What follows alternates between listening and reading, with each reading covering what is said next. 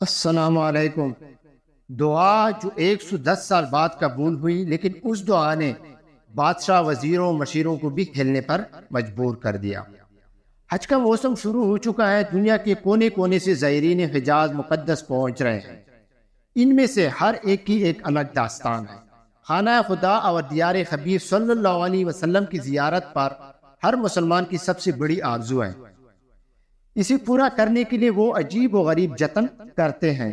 ایک انڈونیشین شخص 110 سال مسلسل دعا کرتا رہا، پھر جا کر یہ آرزو پوری ہوئی۔ اس سال یوخی نامی بابا جی سب سے معمر حاجی ہیں۔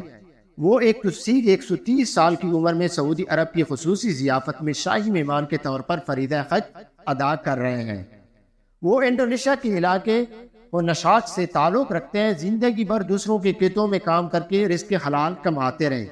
نوجوانی سے بیت اللہ کی زیارت اور روزہ اطہر صلی اللہ علیہ وسلم پر حاضری کی تمنا تھی، مگر مالی حالات ایسی کہ بس حسرت لیے قبر میں اترنے والے تھے کہ بلاوا آ گیا۔ بابا جی کے چاروں بچے بھی اپنی خستہ حالی کے باعث ابا جی کے آرزو کو پورا کرنے سے قاصر تھے، مگر بابا جی اس در کو مسلسل کٹکھٹاتے رہے جہاں سے کوئی مایوس نہیں لوٹتا۔ اسباب تو ندارت، مگر مسباب الاسباب کے لیے کیا مشکل۔ دعاؤں کا یہ کرشمہ ایسے نرالے انداز میں ظاہر ہوا جس کا کوئی تصور بھی نہیں کر سکتا تھا۔ انڈونیشین کی اس معمر ترین شخص سے کسی نے گپ شپ کرتی ہوئی ویڈیو بنائی، جس میں بابا جی کا کہنا تھا کہ وہ اس عمر میں بھی قرآن پاک کی تلاوت کرتے ہیں۔ زندگی کی سب سے بڑی تمنا حج کی سعادت کا حصول ہے۔ یہ ویڈیو وائرل ہو کر سعودی حکام تک پہنچ گئی۔ انہوں نے اس پر خاص توجہ دی اور سعودی فرمان روا شاہ سلمان نے خصوصی احکامات جاری کر دیے کہ بابا جی کو تمام اہل خانہ سمیت شاہی مہمان کے طور پر حج کرایا جائے۔ بابا جی کے دعا سے ان کے بچوں اور پوتوں سمیت پورے خاندان کو شاہی حج کی سعادت نصیب ہوئی۔